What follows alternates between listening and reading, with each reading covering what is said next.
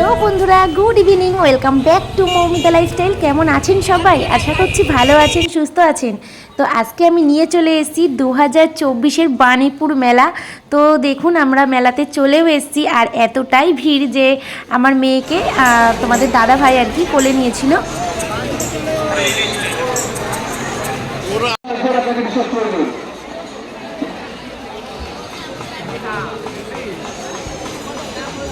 চলে এসেছি, আর আমরা প্রথমেই চলে যাচ্ছি প্রদর্শনী যেসব জিনিসগুলো আছে সেগুলো দেখতে।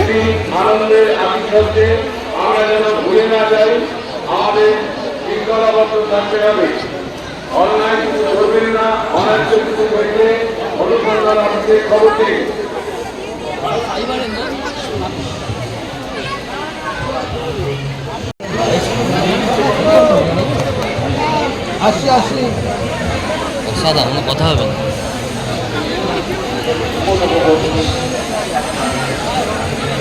একটা মহিলাদের পাঠ আছে, মহিলাদের পাঠ অনুসন্ধান।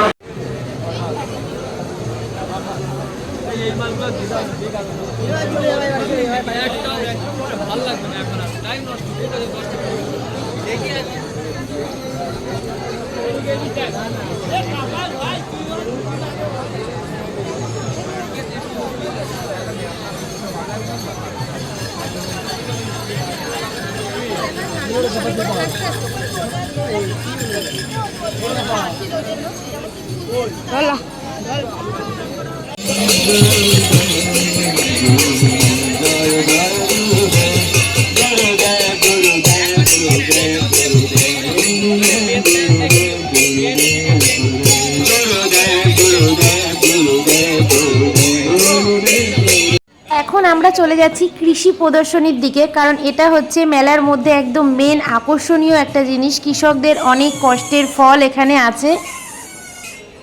কত বড় কুমড়ো!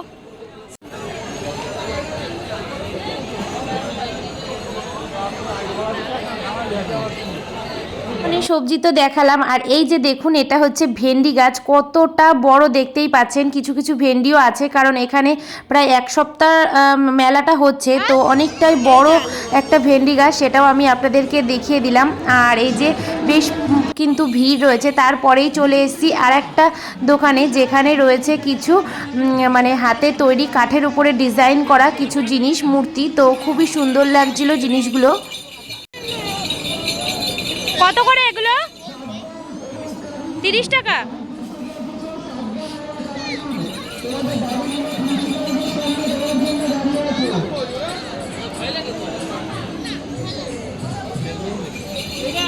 পুঁথি দিয়ে বানানো সমস্ত ধরনের ব্যাগের আইটেম এখানে আছে, দেখতেই পাচ্ছেন।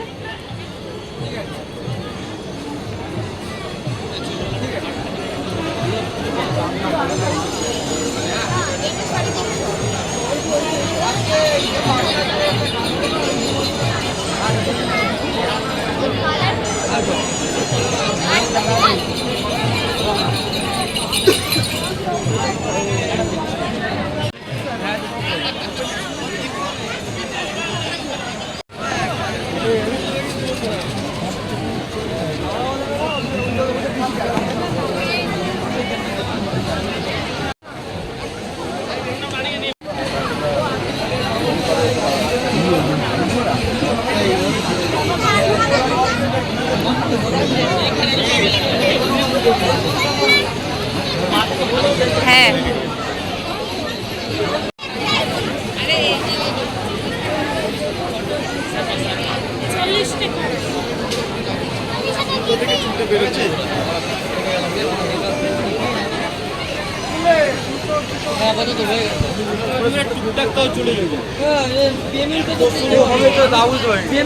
এই মেলার মধ্যে এমন এমন জিনিসপত্র আছে যেগুলো সমস্ত কিছু কিন্তু শেয়ার করা সম্ভব হয় না, কারণ মেলাটা এতটাই বড় যে অনেকটা সময় লেগে যায় পুরো মেলাটা ঘুরে ভিডিওটা করতে।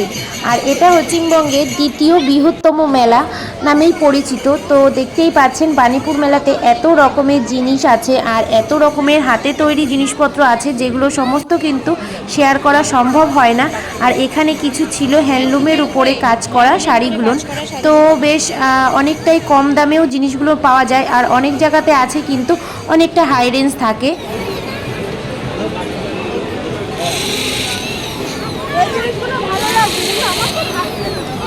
এগুলো কিন্তু সমস্ত কাঠের উপরে নকশা করা ফুলগুলো সব কিন্তু কাঠের উপরেই তৈরি করেছে, খুব সুন্দর একদম। এখানে জায়গায় দাঁড়িয়ে মানে তৈরি করে দিচ্ছে।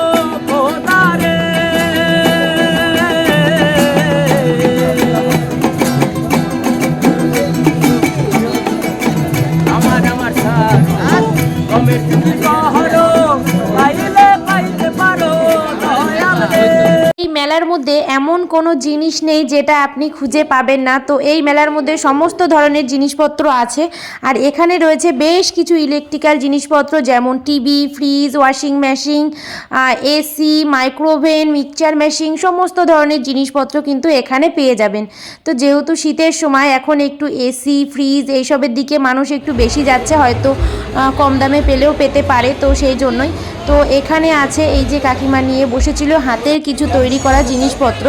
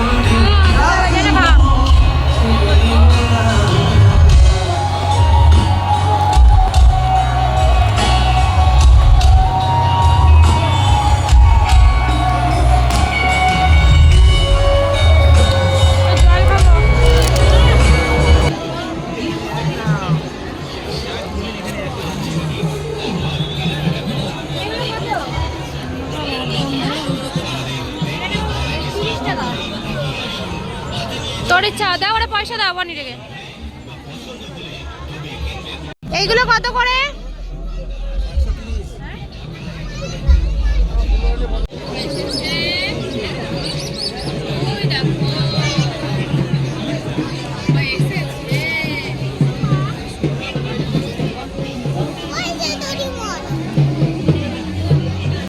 এতে পড়ার পুরো ভয়।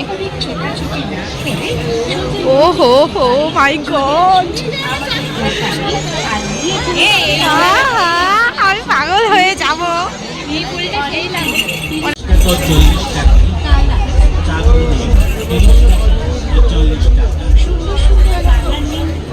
এইটা ভালো লাগছে না, এটা ভালো লাগছে।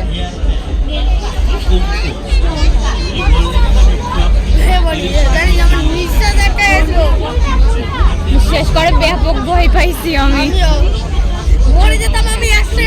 সত্যি কথা।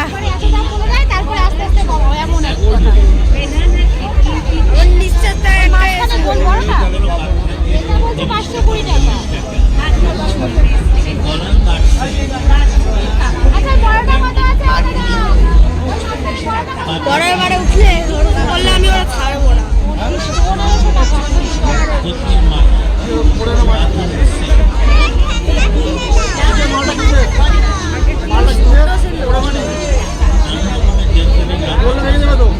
এই যে যেই ফুলদানিটা, এটা কিন্তু বেশ বড় সাইজের একটা ফুলদানি ছিল, যেটা আমার আর আমার হাজবেন্ডের কিন্তু খুবই পছন্দ ছিল। আর এটার দাম বলছিল 1550 টাকা। তো আমরা ভেবেছিলাম এটা নেব, তারপরে হাতে নিয়ে দেখবার পরে একটা ডিজাইনের কাছে দেখলাম যে খোলা রয়েছে, মানে ওখানটা ভেঙে গেছে। তো এরকম আর একটাও ছিল না যে আমরা নেব। তো বুঝতেই পারছেন, প্রথমে যে জিনিসটা ভালো লেগে যায় তো সেটা না পেলে মনটা কিন্তু খুবই খারাপ হয়ে যায়। তো যাই হোক, মেলাটা কিন্তু ভালোই ঘুরলাম, কিন্তু ফুলদানিটা আর কি কিনতে না পেরে মনটা আমার ভীষণই খারাপ হয়ে গেছিলো। বাবা ওইটা যখন ওই উপরে উঠছে এরকম মনে হচ্ছে আমি পড়ে যাবো।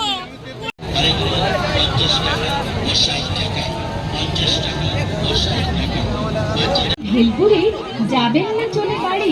সবাই মিলে চলে আসুন, খেয়ে দেখুন বাপনদার এসছি আর কিছু খাবো না তাই কি কখনো হয়? তো চলে এসছি আমরা পাপড়ি চাট ও ভেলপুরির দোকানে। তো আমি প্রথমেই নিয়ে নিয়েছি পাপড়ি চাট, আর ওদিকে ছেলেমেয়েরা খেয়েছিল খাবার। তো ছেলে পাপড়ি চাট পছন্দ করে না, বাট মেয়ে পছন্দ করে। তো মেয়ে, আমি আর আমার বোন মিলে কিন্তু পাপড়ি চাট খাচ্ছি। তারপরে চলে এসেছিলো দই ফুচকা। তো তোমাদের দাদাভাই দই ফুচকাটা এনে দিয়েছিল, কিন্তু আমার একটুও ভালো লাগেনি, বিশ্বাস করো। দই ফুচকাটা এতটাই বাজে ছিল যে একটা খাওয়ার পর যে দ্বিতীয় ফুচকাটা খাবো সেটা আর ইচ্ছা হলো না। তো এখানে ছিল দাদা বৌদির বিরিয়ানি, তো সেখানে তো ভীষণই লাইন ছিল। আর একটা সাইডে যে ফুচকার একদম স্টল বসে গেছে, আর আমরা চলে যাচ্ছি মেলার ভেতরের দিকটা, যেটা তোমাদেরকে পরের ব্লগে আমি শেয়ার করে দেবো। তো আজকের মতো ভিডিওটা আমি এখানেই শেষ করে দিলাম। ভালো থেকো, সুস্থ থেকো, বাই।